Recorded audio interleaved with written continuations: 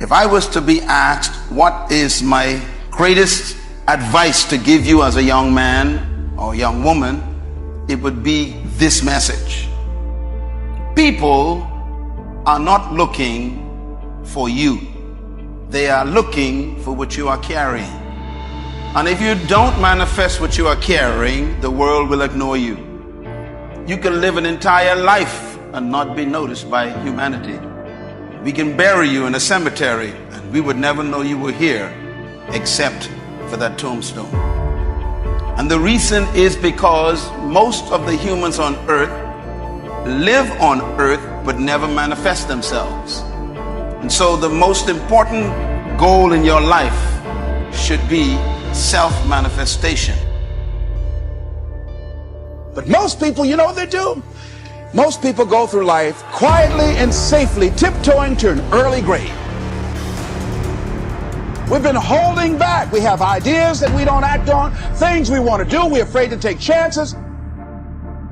See, a lot of people say no to things and they don't even know what they're saying no to. Don't allow but to keep you in the corner.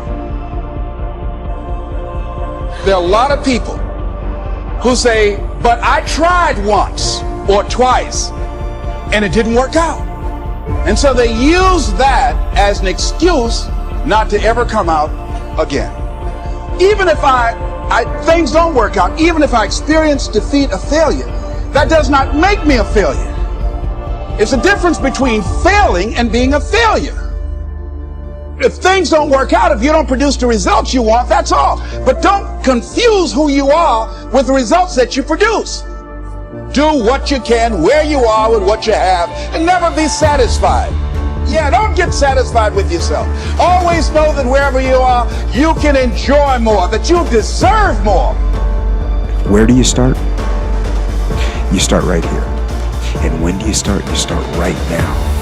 You initiate the action aggressively. You go. Because the idea isn't going to execute itself. And the book isn't going to write itself. And the weights out in the gym, they're not going to move themselves. You have to do it, and you have to do it now. And the question is, if you died today, what dreams, what ideas, what talents, what books, what music, what leadership, what voice will die with you? Miles Monroe, great orator and speaker, said the wealthiest place on the planet, it's not in the Far East where there's oil in the ground. It's not in South Africa where there are diamond mines. He said the wealthiest place on the planet is the cemetery. Because there you'll find greatness that we've never seen. There you'll find talent and genius and potential never actualized. Perhaps that's why Henry David Thoreau wrote the words, "Oh God, to reach the point of death, only to realize that you've never lived." Maybe that's why some unknown writer wrote the words, "What if you live your whole life only to discover that it was wrong? That it was wrong. That you were chosen to do something else and you didn't do it."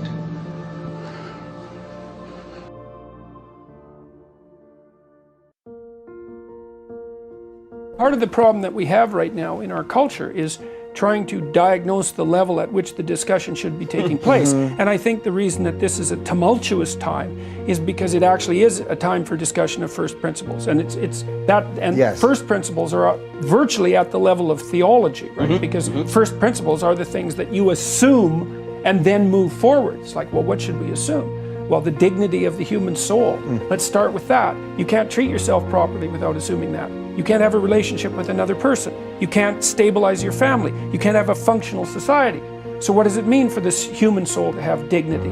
Well, the part of the idea is that you're participating in creation itself, and you do that with your actions and your language. And you get to decide whether you're tilting the world a bit more towards heaven or a bit more towards hell. And that's actually what you're doing. So that's a place where the literal and the metaphorical truth come together.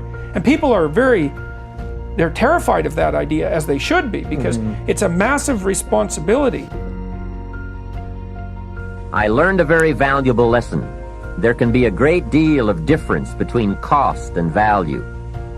Before I met Mr. Shoaff, I used to ask, How much does it cost? After I met him, however, I soon learned to ask, how much is it worth? I started basing my life on worth instead of cost, and everything changed. So that was one book he recommended, Think and Grow Rich. The next book he recommended I get was a book on nutrition. Shoaff said, study nutrition. Vitality plays an important part in doing well. Some people don't do well because they don't feel well. It's not that they're not intelligent, it's that they're ill. They don't have the fire and the vitality to do well. So he really got on me about nutrition. Now, some of those health books are a bit weird, but you can separate out the weird stuff. There are cassettes on nutrition too. Remember, don't be a follower, be a student. Someone says, I read this book. Should I follow? And the answer is no. Read at least 2 books and make up your own mind. Don't be a follower, be a student. You can make a difference in this world no matter what you do for a living. This is what you should do. Don't just focus on what you're doing. Give attention to how you're doing it, because you have countless opportunities every single day to change real people's lives simply by choosing to. Start infusing everything you do with some genuine love and enthusiasm and your humanity, and just watch the difference that it makes, both for you and for everybody around you. So take care of yourself. There's a Bible phrase that says, many times the spirit is willing, but the body's weak. So you have to work on both. You wake up in the morning and the mind says, let's go get 'em. And the body says, I can't even get out of bed. So work on your health. A person's library of books and cassettes reveals his or her most dominant desires. It's interesting to walk into someone's house and browse through the library. What does your library say about you? So read all the books. Now here's good news. You don't have to read them all at once. Try this, 2 books a week. In 10 years is 1,000 books. If you read 1,000 books in the next 10 years, do you think they would greatly influence all the dimensions of your life? The answer is, of course. Well, here's what's exciting. It's only 2 books a week. However, I would suggest if you haven't read 2 books a week for the last 10 years, you are about 1,000 books behind. Can you imagine the incredible disadvantage it will be 10 years from now to stride into the marketplace 1,000 books behind? For some confrontations, you won't be a match.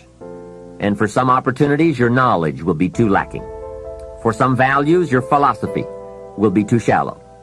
Missing skills, missing knowledge, missing insights, missing values, missing lifestyle. It could happen if you don't read the books. Remember, the book you don't read won't help. You can't read too many books, but you can read too few. The last approach I think is the best, and that is to get more out of you. In the time you have assigned to labor, make the hours more valuable. The key is not to work harder, but to work smarter. If you're putting in about 8 or 10 hours a day, 6 days a week, that's about it. You can't work much harder. But remember, it's not the hours you put in that counts. It's what you put in the hours. Get more from you to make the investment of time more valuable. And no telling how valuable you can become. We don't lack the capacity. We only lack the ideas and the will and the discipline to carry them out. In considering the subject of time management, remember that a big part of the key for changing is to take it in small steps. Most of us don't make revolutionary changes. We change a few degrees at a time. When you get some life momentum rolling, it's not that easy to make all the changes all at once. Hey, you can't whip a U-turn with the Queen Elizabeth II. When that big ship gets moving, they say it takes 7 miles just to get it stopped. So when it's really moving, you just have to nudge it a little, and finally you get it turned. That's a lot like our lives. A few nudges at a time,